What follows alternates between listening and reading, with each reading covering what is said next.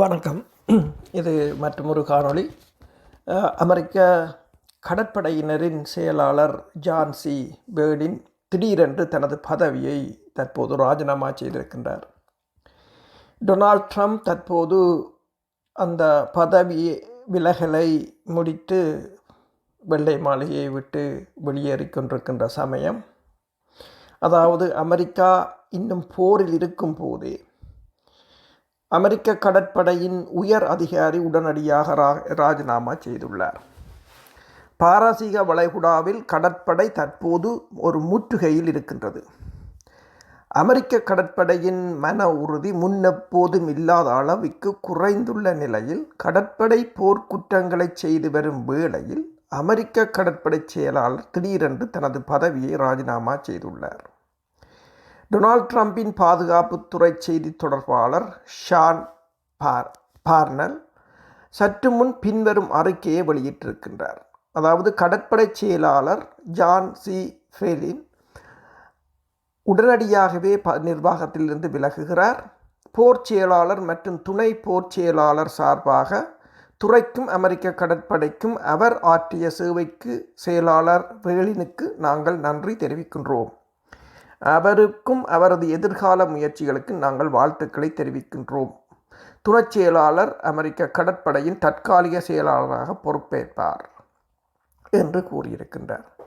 பாரசீக வளைகுடாவில் Donald Trump தனது கடற்படை முற்றுகையை முடிவுக்கு கொண்டு வரும் வரையிலும் அவர் முன்பு ஒப்புக்கொண்டதாக கூறிய ஈரானுடனான 10 அம்ச பேச்சுவார்த்தை கட்டமைப்புக்கு அவர் ஒப்புக்கொள்ளும் வரையிலும், மேலும் அமெரிக்க கடற்படை மற்றும் அமெரிக்க இராணுவத்தை கொண்டு ஈரானை அச்சுறுத்துவதை டொனால்ட் ட்ரம்ப் நிறுத்தும் வரையிலும், போர் நிறுத்தம் அல்லது அது தொடர்பான வேறு எந்த பேச்சுவார்த்தைக்காகவும் பாகிஸ்தானின் இஸ்லாமாபாத்துக்கு வர மறுப்பதாக ஈரான் கூறிய அதே நேரத்தில் இது நிகழ்ந்துள்ளது.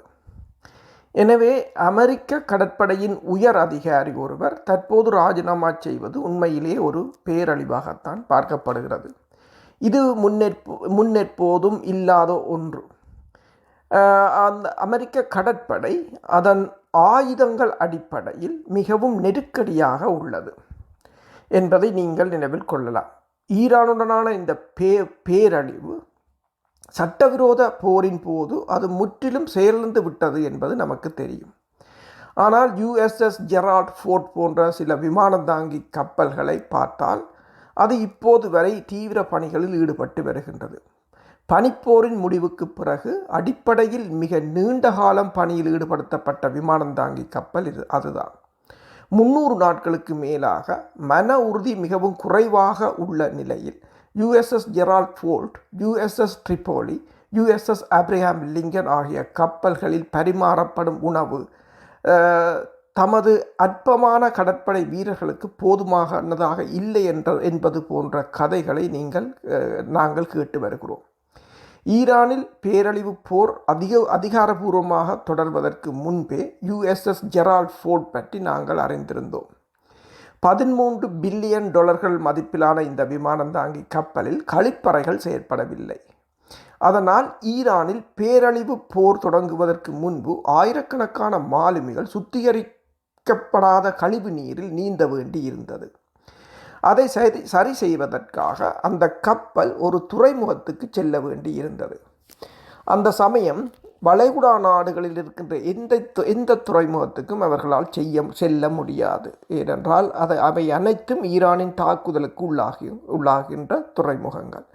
எனவேதான் கப்பலை அவர்கள் கிரீக்குக்கு கொண்டு சென்றார்கள். மேலும் கடற்படை செயலாளர் ஜான் பேர்டின் கடந்த டிசம்பரில் டொனால்ட் ட்ரம்புடனான ஒரு விசித்திரமான பத்திரிகையாளர் சந்திப்பை நடத்தியதையும் நாங்கள் நினைவு கூறலாம். அதில் ட்ரம்ப் இந்த வகையான போர்க்கப்பல்கள் எனப்படும் புதிய வகை, அதாவது ட்ரம்ப் வகை போர்க்கப்பல் எனப்படும் புதிய போர்க்கப்பலை காட்டுவது பற்றி அவர் பேசினார். ஏனெனில் டொனால்ட் ட்ரம்புக்கு விமானந்தாங்கி கப்பல்களின் தோற்றமும் ஸ்டெல்த் கப்பல்களின் தோற்றமும் மற்ற கப்பல்கள் உருவாக்கப்படும் விதமும் பிடிக்கவில்லை. ஆகவே முதலாம் மற்றும் 2ஆம் உலகப் போர்களின் போது போர்க்கப்பல்கள் எப்படி இருந்தனவோ அதே தோற்றத்தில் அவை இருக்க வேண்டும் என்று ட்ரம்ப் விரும்புகிறார். அதையே ஒரு முன்மாதிரியாக கொள்ள வேண்டும் என்றும் அவர் கூறினார். அதன் விளைவாக ஜான் ஃபேலின் ஒரு விசித்திரமான பத்திரிகையாளர் சந்திப்பை நடத்தி அவற்றை அணு ஆயுத திறன் கொண்ட ட்ரம் போர்க்கப்பல்கள் என்று அழைக்கப் போவதாகவும் அதன் மூலம் அவர் அதை செய்ய போவதாகவும் கூறினார். இந்த கப்பல் அம்புகளை தடுப்பதற்காக மட்டுமல்ல, வில் வீரர்களையும் தாக்கி அளிக்கப் போகிறது என்று கூறினார்கள். மேலும் பல தலைமுறைகளுக்கு பிறகு முதல் முறையாக அமெரிக்காவின் அணு ஆயுத தடுப்புக்கு ஒரு புதிய தூண் அமையப் போகிறது. ஏனெனில் ட்ரம்ப் வகை போர்க்கப்பல்கள் அணு ஆயுதம் தாங்கிய கடலில் இருந்து ஏவப்படும் குரூஸ் ஏவுகணைகளை சுமந்து செல்லும். கடற்படை போரில் ட்ரம்ப் வகை போர்க்கப்பல்கள் கொண்டு வருவது தாக்குதல் ஆதிக்கம் மட்டுமல்ல, அமெரிக்க கடற்படை தளபதிகள் கடலுக்கு அப்பாலுள்ள கடற்படைகளுக்கு கட்டளையிட்டு கட்டுப்படுத்தக்கூடிய ஒரு முதன்மை கப்பலாக அது செயற்படும் அளவுக்கு திறன் தகுதியாக இருக்கும் என்று கூறினார்கள். தற்போதைய டொனால்ட் ட்ரம்ப், நான் ஒரு கலை ரசனை கொண்டவன், நமது கப்பல்களின் தோற்றம் எனக்கு பிடிக்கவில்லை என்று கூறியது எவ்வளவு சங்கடமாக இருந்தது என்பது எல்லோருக்கும் நினைவிருக்கும். மேலும், நீங்கள் உருவாக்கும் சில கப்பல்கள் எனக்கு பிடிக்கவில்லை, நான் கலைநயமிக்க நபர், நீங்கள் உருவாக்கும் சில கப்பல்களில் கலைநயம் எனக்கு பிடிக்கவில்லை. அவர்கள் இதை ஸ்டெல்த் என்று கூறுகிறார்கள். அதற்கு அவர்கள் இது ஸ்டெல்த் இல்லை என்று ஒரு அசிங்கமான கப்பலை ஸ்டெல்த் என்று சொல்வதற்கு அது அவசியமில்லை என்கிறார்கள். சொல்லப்போனால் B-2 குண்டுவீச்சு விமானங்கள் நம்ப முடியாதவை. அதுதான் ஸ்டெல்த் அமைப்பு. அவர்கள் அதை வடிவமைத்தார்கள். டொனால்ட் ட்ரம்ப் ஜான் ஃபேலினை பரிந்துரைத்த நவம்பர் 26 அதாவது 2024 அன்று முன்பு என்ன சொன்னார் என்பதை எல்லோருக்கும் நினைவூற்றுவது நல்லது. ஏனென்றால் தெளிவாக சொல்வதானால் ஜான் ஃபேலின் இதற்கு முன் கடற்படையில் இருந்ததில்லை, எந்த ஒரு இராணுவ அனுபவமும் இல்லை. அவர் ஒரு பெரிய குடியரசுக் கட்சியின் நன்கொடையாளர், ஒரு பணக்காரர். டொனால்ட் ட்ரம்பினால் அந்த பதவிக்கு நியமிக்கப்பட்டவர். இதுதான் டொனால்ட் ட்ரம்ப் 2024 நவம்பரில் கூறியது. அதாவது, ஜான் ஃபேலினை எமது அடுத்த அமெரிக்க கடற்படை செயலாளராக அறிவிப்பதில் நான் பெருமகிழ்ச்சி அடைகிறேன். ஜான் நமது கடற்படை வீரர்களுக்கு ஒரு மாபெரும் சக்தியாகவும் அமெரிக்கா முதலில் என்ற தொலைநோக்கு பார்வையை முன்னெடுத்துச் செல்வதில் ஒரு உறுதியான தலைவராகவும் இருப்பார். அவர் அமெரிக்க கடற்படையின் பணிகளை எல்லாவற்றுக்கும் மேலாக வைப்பார்.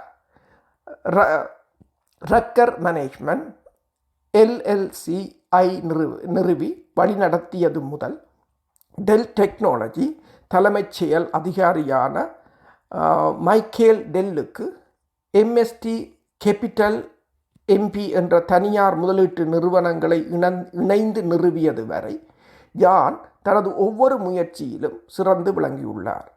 அவரது சாதனைகளும் வெற்றியும் அவருக்காகவே பேசுகின்றன.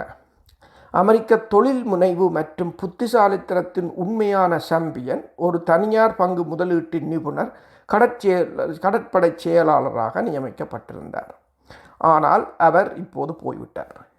நாம் இந்த மிகவும் இக்கட்டான சூழ்நிலையில் இருக்கும் போது, இந்த போரின் போது, அதாவது மிகவும் இக்கட்டான இந்த போர் நிலைமையின் போது அவர் பின்வாங்கிவிட்டார். ஈரான் சொல்வது என்னவென்று சொன்னால், டொனால்ட் ட்ரம்ப், நீங்கள் உங்கள் காலக்கெடுவை நீடித்து கொண்டிருக்கலாம், ஆனால் நீங்கள் எங்களை அச்சுறுத்துவதை நிறுத்தும் வரையிலும், பாரசீக வளைகுடாவில் உள்ள கடற்படை முற்றுகையை முடிவுக்கு கொண்டு வரும் வரையிலும், நீங்கள் முன்பு ஒப்புக்கொண்ட 10 அம்ச பேச்சுவார்த்தை கட்டமைப்புக்கு ஒப்புக்கொள்ளும் வரையிலும் நாங்கள் உங்களுடன் பேச்சுவார்த்தை நடத்தப் போவதில்லை. அதன் பிறகு நாங்கள் சந்திப்போம். இஸ்லாமாபாத் வருவதில் நாங்கள் மகிழ்ச்சியடைகிறோம். இதைத்தான் அவர்கள் ஈரான் கூறி வருகிறது. டொனால்ட் ட்ரம்ப், சரி, நான் அவர்களுக்கு ஞாயிற்றுக்கிழமை வரை அவகாசம் கொடுக்கப் போகிறேன், அதாவது சந்தைகள் மூடப்படும் வரை, அதாவது 3 தொடக்கம் 5 நாட்கள் அவகாசம் கொடுக்கப் போகிறேன் என்று கூறியிருந்தார். நான் காலக்கெடுவை நீடிக்கப் போகிறேன் என்கிறார். ஈரான் நாங்கள் அதை கேட்கவில்லை என்று சொல்கிறது. டொனால்ட், நாங்கள் எந்த நீடிப்பையும் கேட்கவில்லை என்கிறது ஈரான். இப்போது அமெரிக்க கடற்படை செயலாளர் ராஜினாமா செய்திருப்பது ஒரு பலவீனத்தையும் குழப்பத்தையும் குறிக்கின்றது. ஈரான் பார்க்கிறது, ஈரான் கடற்படை தலைவர் திடீரென்று ராஜினாமா செய்தால் எப்படி இருக்கும் என்று உங்களால் கற்பனை செய்து பார்க்க முடிகிறதா? நேற்று ஃபாக்ஸ் தொலைக்காட்சியில் ஜெஸ்லி வோட்டர்ஸ் மற்றும் அரசு சார்ந்த ஊடகவியலாளர்கள் ஒரு ஈரானில் உள்ள ஒரு நபர் பணி நீக்கம் செய்யப்படுகிறார், அங்கே ஒரு ஆட்சி கவுப்பு நடக்கிறது, இது போன்ற விடயங்கள் எல்லாம் நடக்கின்றன என்று கூறியது முரண்பாடாக இருந்தது. இவை அனைத்தும் பிறர் மீது பழி சுமத்தும் குற்றத்தை ஒப்புக்கொள்வது தான். மேலும் இந்த போரின் நடுவே கடற்படை தலைவர் இங்கு அமெரிக்காவில் தான் பதவியிலிருந்து நீங்கியுள்ளார். இவை அனைத்தின் விளைவாக டொனால்ட் ட்ரம்ப் தொடர்ந்து வீழ்ச்சியடைந்து வருகின்றார். டொனால்ட் ட்ரம்ப் தனது அடுத்த நாள் காலையில் ஒரு பதிவை வெளியிட்டார். ஈரான் மீதான போரில் அதிபர் டொனால்ட் ட்ரம்ப் முழுமையாக ஷேர்மனை போல செயற்படுவாரா? ஷேர்மனின் படையெடுப்பிலிருந்து ட்ரம்ப் ஈரானின் காலக்கேடு வரை இரக்கமற்ற போர்க்கால நடவடிக்கைகள் இறுதியில் நீடித்த அமைதியை எவ்வாறு வழங்கும் என்பதற்கு இது ஒரு வரலாற்று வாதம். ஈரானுக்கு எதிரான ஆக்கபூர்வமான பதில் இதுதான் என்றும் நீங்கள் நினைக்கிறீர்களா? அதாவது ஈரானின் தலைமை பேச்சுவார்த்தையாளரும் நாடாளுமன்ற தலைவருமான எம்பி ஹலிஃபா என்ன சொல்கிறார் என்று பார்த்தால்,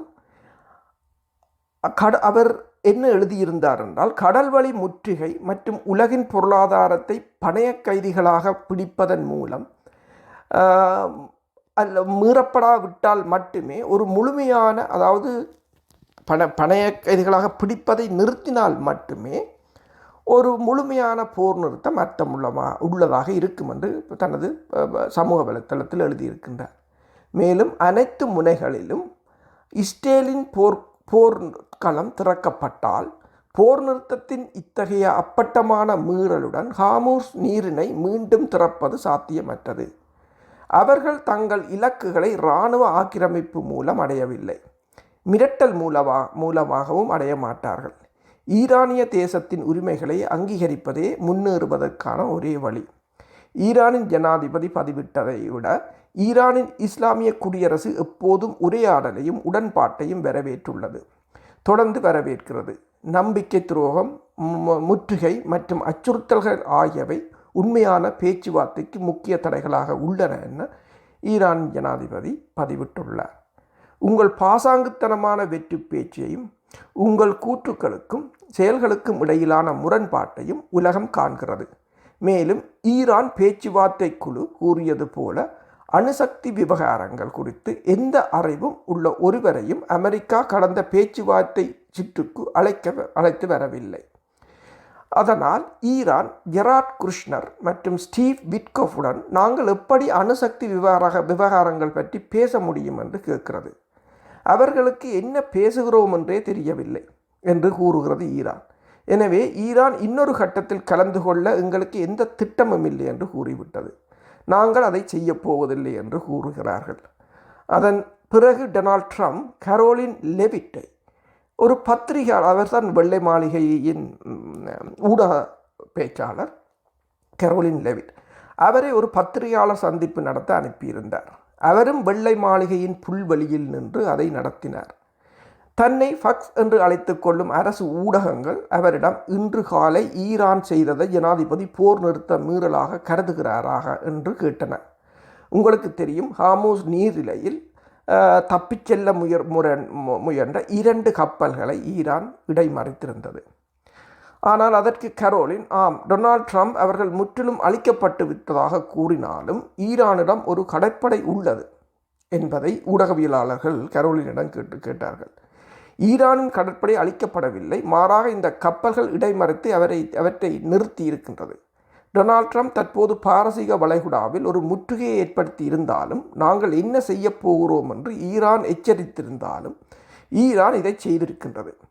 அவர்கள் அதை செய்தார்கள். ஹார்முஸ் நீரிணை மீதான தங்கள் கட்டுப்பாட்டை மீறி நீங்கள் நுழைய முயன்றால் இதுதான் நடக்கும் என்று ஈரான் காட்டியுள்ளதாக ஊடகவியலாளர்கள் கேட்டபோது வெள்ளை மாளிகையின் புல்வெளியில் நின்ற கரோலின் லெவிட் பதற்றமடைந்ததை காணக்கூடியதாக இருந்தது. அவர் கூறியது என்னவென்று சொன்னால், நாங்கள் அதை பற்றி கவலைப்படவில்லை, அவை அமெரிக்க கப்பல்களும் இல்லை, இஸ்ரேலிய கப்பல்களும் இல்லை, அதனால் நாங்கள் கவலைப்படவில்லை. அதாவது அவை அவர்களின் நட்பு நாடு கப்பல்கள் என்றதையே அவர் அதில் மறைத்து விட்டார். அதாவது அந்த கப்பலை கைப்பற்றியது அது போர்க்குற்றம் அல்ல என்று அவர் கூறிவிட்டார். கைப்பற்றப்பட்ட கப்பல்களை பொறுத்தவரையில் 3 கப்பல்கள் கைப்பற்றப்பட்டிருந்தன.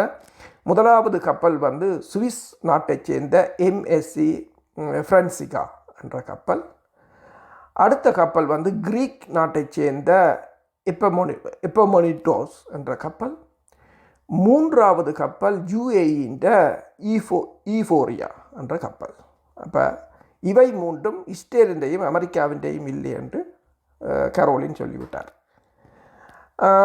அதாவது இது குறித்த தகவல்களை பார்த்தால் கைப்பற்றப்பட்ட 2 கப்பல்களும் சரக்குகள் இருந்த கிரேக்க மற்றும் மத்திய தரைக்கடல் நாடுகளுக்கு சொந்தமானவை. ஈரான் அவற்றை கைப்பற்றி பின்னர் ஈரானிய கடல் எல்லைக்குள் நகர்த்தியதாக அறிக்கைகள் கூறுகின்றன. இந்த கப்பல் குழுவினருக்கு என்ன நடக்கப் போகிறது என்று யாருக்கும் தெரியாது. எங்கு செல்கிறது என்றும் யாருக்கும் உறுதியாக தெரியாது. ஜனாதிபதி இதை போர் நிறுத்த முதலாக கருதுகிறாரா என்றால் இல்லை. ஏனென்றால் அவை அமெரிக்க கப்பல்கள் இல்லை. மேலும் ஈரானின் மதசார்பு கடற்படையை ஜனாதிபதி முற்றிலும் அழித்து விட்டார் என்ற உண்மைகளை அவமதிக்கும் நோக்கில் இந்த விஷயத்தை அமெரிக்க ஊடகங்கள் பெரிதுபடுத்துகின்றன என்று கரோலின் அமெரிக்க ஊடகங்களை குற்றச்சாட்டியிருந்தார். இந்த 2 கப்பல்களும் அதிவேக துப்பாக்கி படகுகளால் கைப்பற்றப்பட்டன. மத்திய கிழக்கிலேயே மிகவும் அபாயகரமான கடற்படையை கொண்டிருந்த ஈரான் இப்போது ஒரு கடற்கொள்ளையர் கூட்டத்தைப் போல் செயற்படுகிறது. அவர்களுக்கு அந்த நீர்வழியில் பாதையின் மீது கட்டுப்பாடு இல்லை. நாம் இப்போது வெளிப்படையாக காண்பது கடற்கொள்ளையர்கள் என்று கரோலின் கூறியிருந்தார். மேலும் அமெரிக்கா விதித்துள்ள கடற்படை முற்றுகை நம்ப முடியாத அளவுக்கு திறம்பட தொடர்கிறது. தெளிவாக சொல்வதானால் இந்த முற்றுகை ஈரானிய துறைமுகங்களுக்கு செல்லும் மற்றும் அங்கிருந்து வரும் கப்பல்களுக்கு விதிக்கப்பட்டுள்ளது. அதன் முக்கிய நோக்கம் ஈரான் மீது கொண்டிருக்கும் பொருளாதார செல்வாக்குத்தான். இப்போது இராணுவ மற்றும் நேரடி தாக்குதல் தொடர்பாக ஒரு போர் நிறுத்தம் இருந்தாலும் நடவடிக்கைகளும் பொருளாதார ஆரோக்கியமும் தொடர்கிறது என்று கரோலின் கூறியிருந்தார். அதன் மையப்புள்ளி இந்த கடற்படை முற்றுகை தான். நாம் அவர்களின் பொருளாதாரத்தை நெரிக்கிறோம். அவர்களின் முக்கிய வருவாய் ஆதாரத்தை நாம் கழுத்தை நெரிக்கிறோம். அவர்களால் தங்கள் சொந்த ஆட்களுக்கு சம்பளம் கொடுக்க முடியவில்லை. அவர்களால் ஒவ்வொரு நாளும் $500 மில்லியன் இழந்து கொண்டிருக்கிறார்கள். அவர்களால் எண்ணெயை கொண்டு செல்லவும் கொண்டு வரவும் முடியாததால் காக் தீவு முழுவதும் எண்ணெய் நிரம்பியுள்ளது. எனவே நிலைமை இப்போது அமெரிக்க ஜனாதிபதியின் கைகளில் உள்ளதென்று கரோலின் கூறியிருக்கின்றார். இந்த சூழ்நிலையின் மீது அமெரிக்கா தனது கட்டுப்பாட்டை வைத்திருக்கிறது.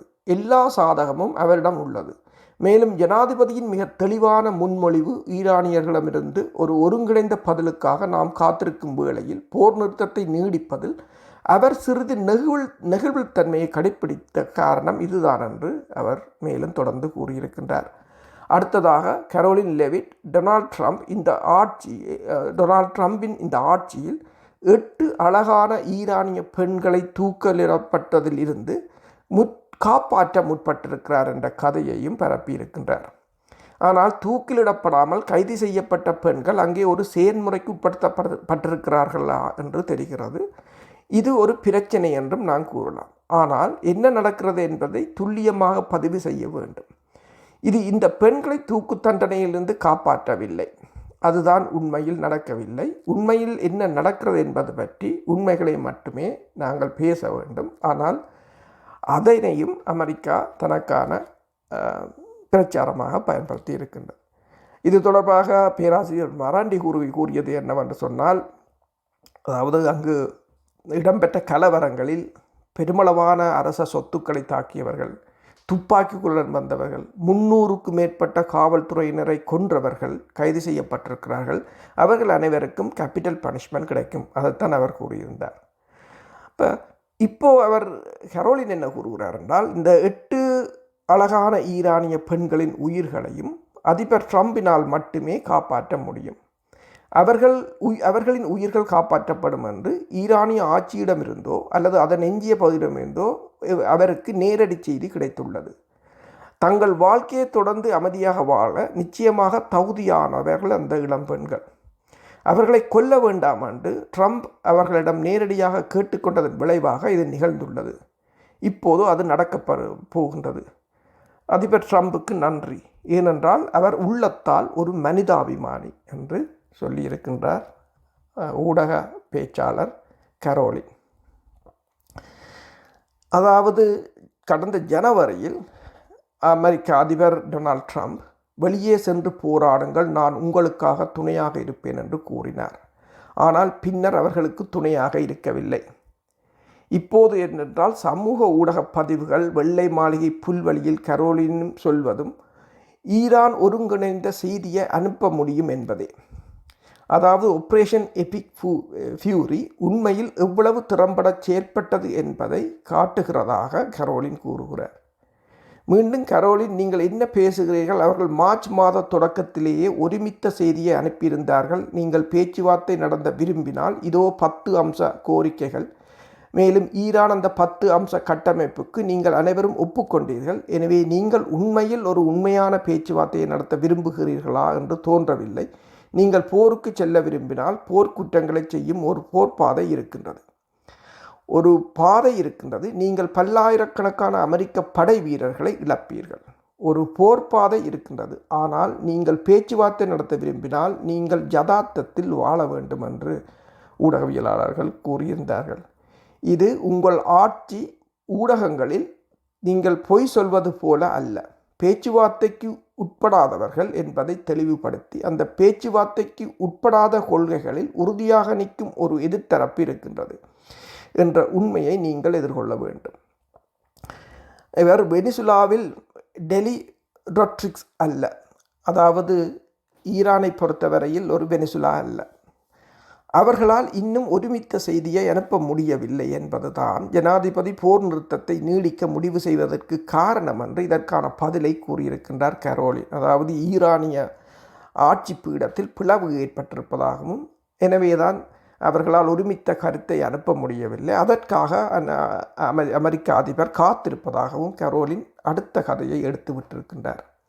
இது ஆபரேஷன் எபிக் ஃபியூரியின் உண்மையில் எவ்வளவு திறம்பட செயற்பட்டது என்பதை காட்டுகிறது என்றும், அதாவது ஈரானின் தலைமை பீடத்துக்கு பிளவுகளை உருவாக்கி விட்டார்கள் என்றும், ஏனென்றால் அங்கே நிறைய உள்பிளவுகள் உள்ளன என்றும், அதை அமெரிக்க அதிபர் உணர்ந்துள்ளார் என்றும், எனவே நாங்கள் அவர்களின் பதில்களுக்காக காத்திருக்கிறோம் என்று கரோலின் கூறிய பதில் அங்கு நின்ற ஊடகவியலாளர்களை ஒரு கணம் ஆட்டங்காண வைத்திருக்கின்றது.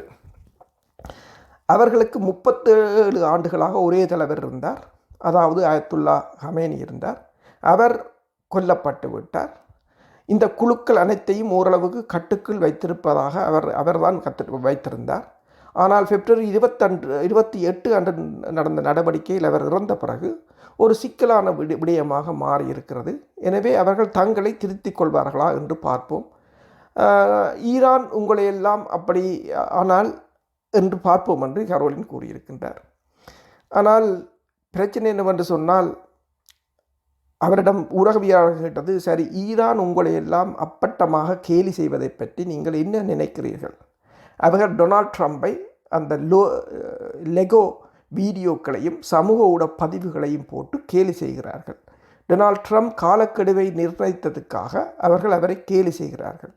பிறகு காலக்கெடு நெருங்கும் போது டொனால்ட் ட்ரம்ப் காலக்கெடுவை ஏன் நீடிக்கிறார் என்பதற்கு ஒரு காரணத்தையும் கூறுகிறார்.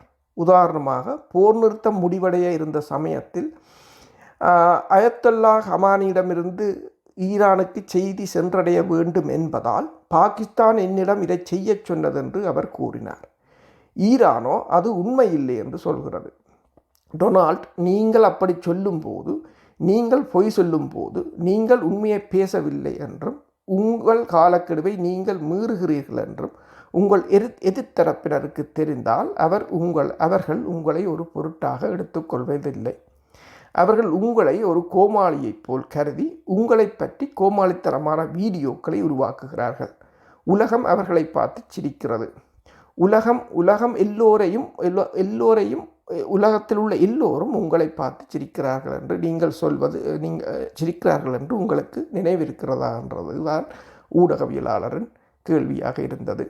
அதாவது ஈரான் உங்களை பார்த்து சிரிக்கிறது, ஆனால் அமெரிக்காவின் முன்னாள் கூட்டாளிகள் அதன் வலியையும் வேதனையையும் உணர்கிறார்கள். அதே நாளில் அமெரிக்க ஜனாதிபதி போர் நிறுத்தத்தை நீடிக்க விரும்பவில்லை என்றும், போர் நிறுத்தம் முடிந்த பிறகு குண்டுகள் விழத் தொடங்கும் என்றும் கூறினார். மேலும் போர் நிறுத்தம் காலவரையின்றி நீடிக்கப்படும் என்று அவர் ஒரு தலைப்பட்சமாக அறிவித்தார். ஈரானிய அரச ஊடகங்கள் அமெரிக்க ஜனாதிபதியை வெளிப்படையாக கேலி செய்து நாங்கள் போர் நிறுத்தத்தை நீடிக்க கோரவில்லை என்று கூறுகின்றன. அமெரிக்க ஜனாதிபதியின் பதில் என்ன? அதாவது அதற்கு கரோலின் சொன்ன பதில் என்னவென்று சொன்னால், ஈரானிடமிருந்து பலவிதமான செய்திகள் வெளிவருவதை நீங்கள் அனைவரும் பார்க்கிறீர்கள். அவர்களிடம் இருந்து பலவிதமான சொல்லாடல்களும் மொழிகளும் வருகின்றன. அவர்கள் சொல்வதை அப்படியே நம்பிவிட வேண்டாம் என்று நான் உங்களை எச்சரிக்கிறேன். அவர்கள் பகிரங்கமாக சொல்வதற்கும் அமெரிக்காவான எங்களின் பேச்சுவார்த்தை குழுவிடம் தனிப்பட்ட முறையில் சொல்வதற்கும் இடையே பெரும் வேறுபாடு இருப்பதை நாங்கள் கண்டிருக்கின்றோம். செய்தி ஊடகங்களில் உள்ள உங்கள் அனைவருக்கும் இதை நான் மீண்டும் மீண்டும் கூறியுள்ளேன். நீங்கள் எங்கள் வார்த்தைகளை நம்ப வேண்டும். இதுதான் கரோலினின் பதிலாக இருந்தது. கரோலின் லெவிட்டிடம் அப்படியானால் ஈரான் விவகாரத்தில் யார் பொறுப்பில் இருக்கிறார்கள் என்று கேட்கப்படுகிறது. யாருடன் பேச்சுவார்த்தை நடத்துகிறீர்கள்? நீங்கள் யாரிடம் பேசுகிறீர்கள்? அதற்கு அவர், நாங்கள் யாரிடம் பேச்சுவார்த்தை நடத்துகிறோம் என்பது எங்களுக்கு தெளிவாக தெரியும். ஏனென்றால் நாங்கள் அந்த நபர்களுடன் நேரில் அமர்ந்து பேசுகிறோம் என்று பதிலளிக்கிறார். சரி, அப்படியானால் பேச்சுவார்த்தை குழுவில் இருப்பது கலிபாவா என்பதை நீங்கள் உறுதிப்படுத்துகிறீர்கள். சரி, சற்று முன்புதான் அவருடைய பதவியை உங்களுக்கு காட்டினேன். அது வெளியுறவு அமைச்சர் அரக்ஷி, அந்த குழுதான். அதாவது அந்த ஆட்கள், இந்த குழு அந்த குழுவில் இஸ்லாமிய புரட்சிகர காவல் படையைச் சேர்ந்தவரும் இருக்கிறார்கள். ஆனால் அமெரிக்கா கூறுகின்றது அவர்களுக்கிடையில், அரசியல் தலைவர்களுக்கிடையிலும் இராணுவத்துக்கும், அதாவது இஸ்லாமிய புரட்சி படையினருக்கும் இடையில் பிளவுகள் இருப்பதாக. ஆனால் அந்த குழுவில் அரசியல் பிரிவினரும் இருக்கிறார்கள், இராணுவ பிரிவினரும் இருக்கிறார்கள். ஈரானில் யார் பொறுப்பில் இருக்கிறார்கள்? நிர்வாகம் யாருடன் பேச்சு நடத்துகிறது? அதாவது அதற்கு கரோலின் மீண்டும் சொல்கிறார், சரி, நாங்கள் யாருடன் பேச்சுவார்த்தை நடத்துகிறோம் என்பது எங்களுக்கு தெளிவாக தெரியும். ஏனென்றால் எங்கள் பேச்சுவார்த்தை குழு அந்த நபர்களுடன் நேரில் அமர்ந்து பேசியுள்ளது. ஆனால் வெளிப்படையாகவே நிறைய உள்பிளவுகளும் உட்பூசல்களும் உள்ளன. இது ஆப்ரேஷன் எபிக் ஃபியூரியின் செயல்திறனை முற்றுமுழுதாக நிரூபிக்கின்றது. அவர்களின் ஆட்சியும் அதன் பல தலைவர்களும் கிட்டத்தட்ட 5 தசாப்தங்களாக இருந்தவர்கள் துடைத்தளிக்கப்பட்டுள்ளனர். அதாவது நேரடி மேற்கோள் என்னவென்றால், அதிபர் டொனால்ட் ட்ரம்பின் கணக்கீட்டின்படி அவர் ஒரு கணக்கை எப்போதும் வித்தியாசமாகத்தான் பார்ப்பார். உங்களிடம் $600 மதிப்புள்ள ஒரு மருந்து இருந்தால் அதன் விலையை நீங்கள் $10 குறைத்தால் டொனால்ட் ட்ரம்ப் கணக்கிடும் முறை என்னென்று சொன்னால் அது 600% குறைந்துள்ளது என்பதே ஆகும். இத்துடன் முடிந்தது. நன்றி. உங்களுக்கு பிடித்திருந்தால் சப்ஸ்கிரைப் செய்யுங்கள்.